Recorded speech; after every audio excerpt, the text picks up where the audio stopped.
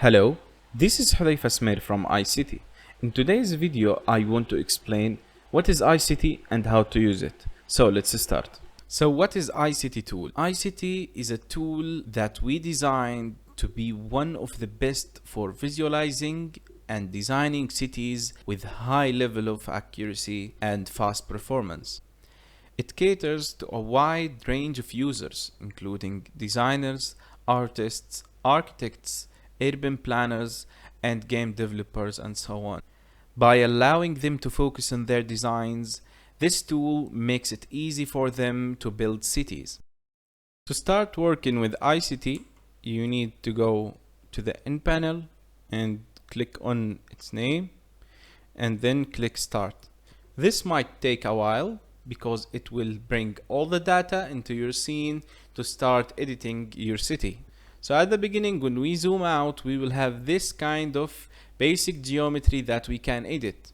By the way, it is ready to render and it can be edited through the menu. But before editing the city, I want to explain how to edit and how the system is built. iCity is based on city system and road system. The city system will have options that you can decide what kind of space you want to be filled in this space. For example, you can make it procedural, or you can make parks, and you can add presets like these towers and so on. The road system is based on two different sections. The first section is the assets and the second one is the options.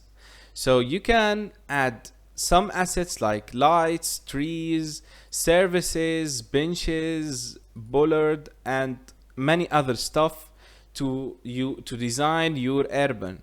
But within the options, you can edit some options that shapes the road and the intersections and how it looks. When we try to edit the city, we will go to edit mode. It depends on what edit mode we are in. So if we are selecting vertices, that allows us to select vertices, and we can move them maybe on Y or X or both of them.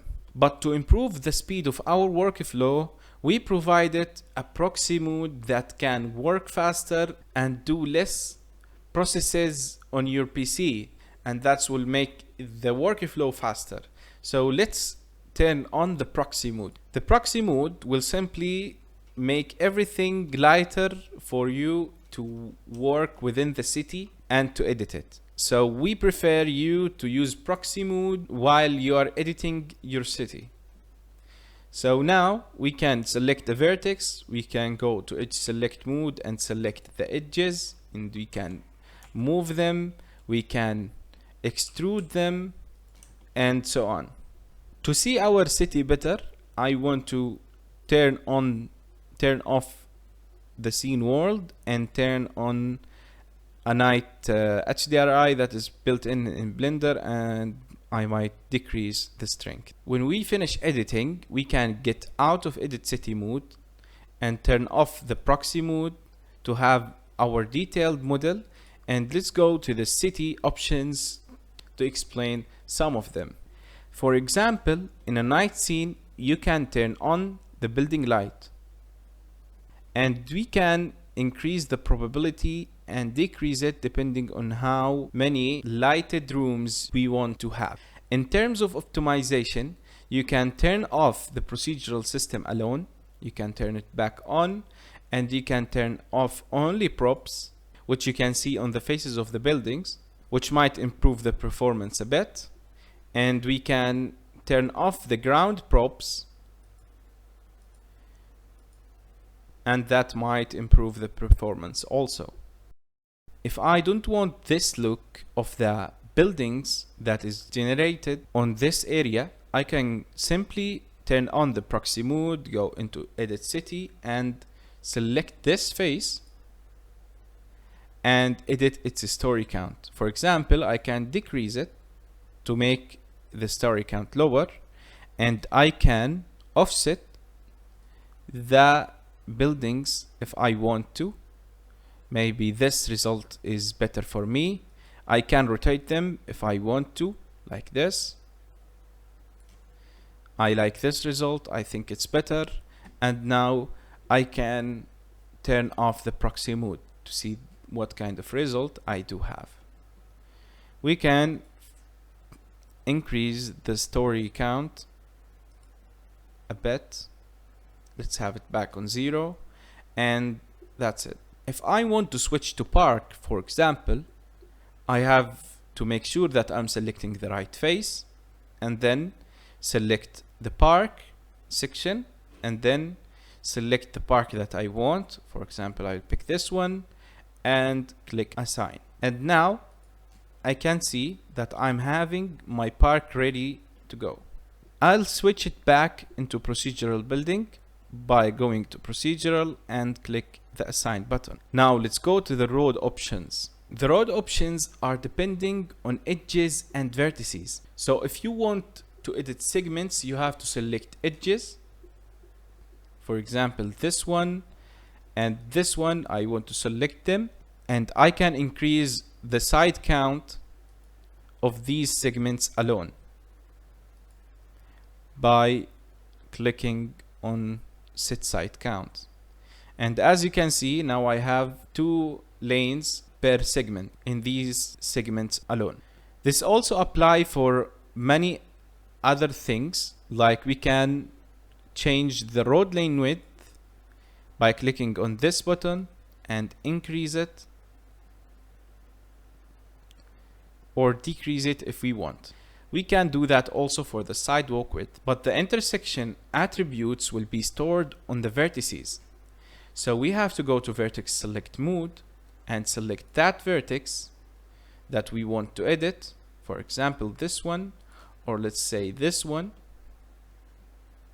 And we can start editing this intersection by using these 2 options that we have now. The first one is the intersection offset, and by increasing this, you can increase the amount of fillet that the intersection will have. Let's bring it down to 0 again, and let's increase the crosswalk offset if we want to also. We can have it back to 0 again. To add assets to the road system, we have to be in edit mode, and we have to select edges like this segment, and let's go to the assets section, and let's add, for example, trees. Let's add this kind of tree, for example, and we just need to click assign. We will have our trees on the edge that we have selected. We can change that into another tree and click assign, and we have it ready. If you want to add that also to this one, we can select this edge or this segment also and click assign. If we don't need this edge to have our trees anymore, we can just simply click remove. You can find these 3 options on the majority of the assets that we do have. You can also adjust the light settings by going into the light and click on the color, change its color to the color you want, and you can adjust its light power.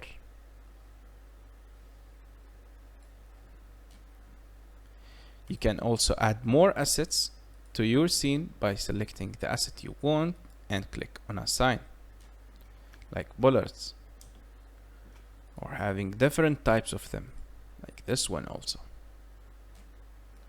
We can adjust its spacing to fit the vision that we're looking for, or we can remove them if we don't want them anymore.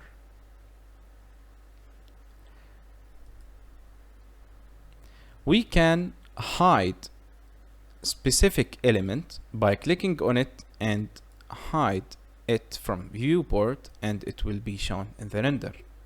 You can turn it on again if you want, and this button will hide all the assets from your scene, and you can switch it back to have it back. As you can see, we do have imperfections that you can edit with spacing and density and so on, and you can hide it from the scene if you don't want it.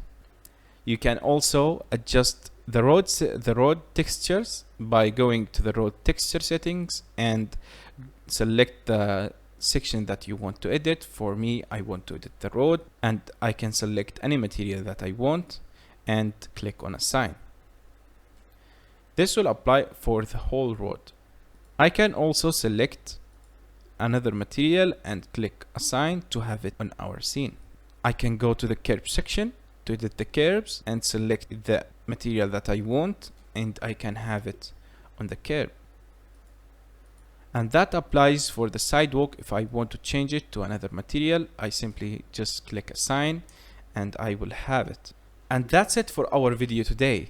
Don't forget to like the video, subscribe to our channel if you want to hear more about this improvements for our tool, and join our Discord community server to share your work, suggestions, or any questions you would like to ask about ICity tool. And have a great day.